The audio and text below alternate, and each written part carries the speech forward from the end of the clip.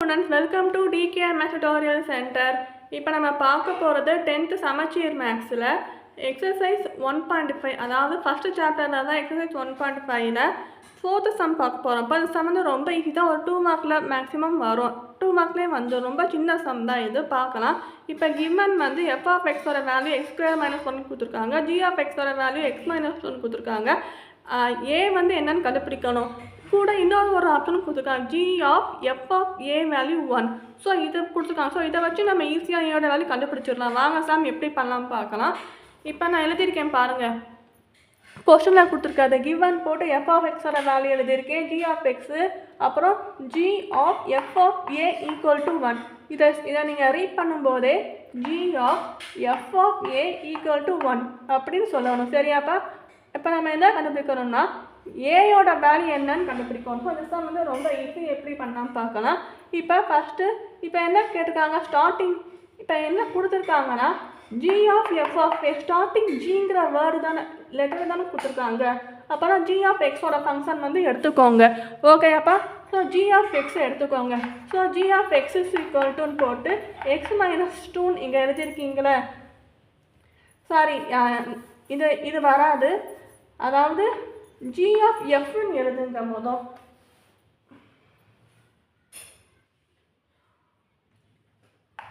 g of fன்னு எழுதிட்டு இப்போ g of fன்னு, ஏன்னா g of f of a ஓட வேல்யூ 1 கொடுத்துருக்காங்க, அதனால தான் முதல் g of f கண்டுபிடிக்கணும். ஸோ g of f எப்படி கண்டுபிடிக்கலாம்னா g of f of xன்னு எழுதுங்க.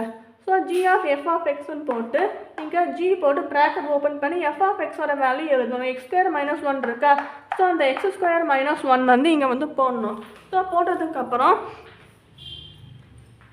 இப்போ அடுத்த ஸ்டெப் வந்து replace x by x² - 1 in g of x. அதாவது இங்கே g of x² - 1 தான் இருக்குது. ஸோ g of x ஃபங்க்ஷனில் தான் ரீப்ளேஸ் பண்ணணும்.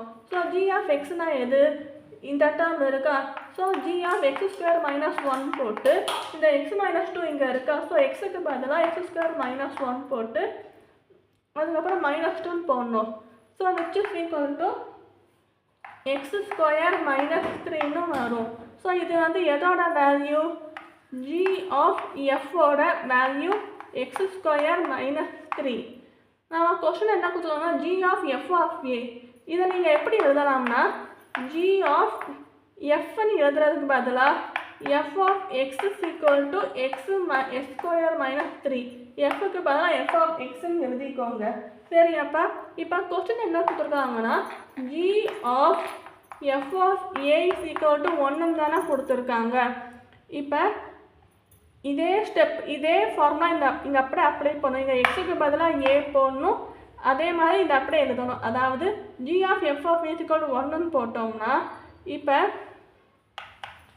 Replace x by a in g of f of x. So g of f of a ஓட value 1, so எக்ஸுக்கு பதிலாக இங்கே ஏன்னு போடணும். அப்போனா எக்ஸுக்கு பதிலாக a போட்டோம்னா இங்கே x² பதிலாக a² வரும், -3 அப்படியே வரும், which is equal to 1 வரும். அப்போனா a² is equal toன்னு போட்டு -3 இந்த பக்கம் போனால் +3ன்னு வந்துடும், which is equal to 4ன்னு வந்துடும். So a² is equal to 4, a is equal to square root of 4. So a is equal to 4 root எடுத்தால் என்ன வரும், 2 வரும், +2வும் வரும் -2வும் வரும். ஏன்னா +2 ஸ்கொயர் பண்ணாலும் 4 தான், -2 நீங்கள் ஸ்கொயர் பண்ணாலும் ஆன்சர் 4 தான், -2 × 2 4 தான் வரும். ஸோ இதோட ஆன்சர் வந்து a is equal to +2, -2 ரெண்டுமே ஆன்சர் தான் இந்த sum. Thank you so much for வாட்சிங் கைஸ்.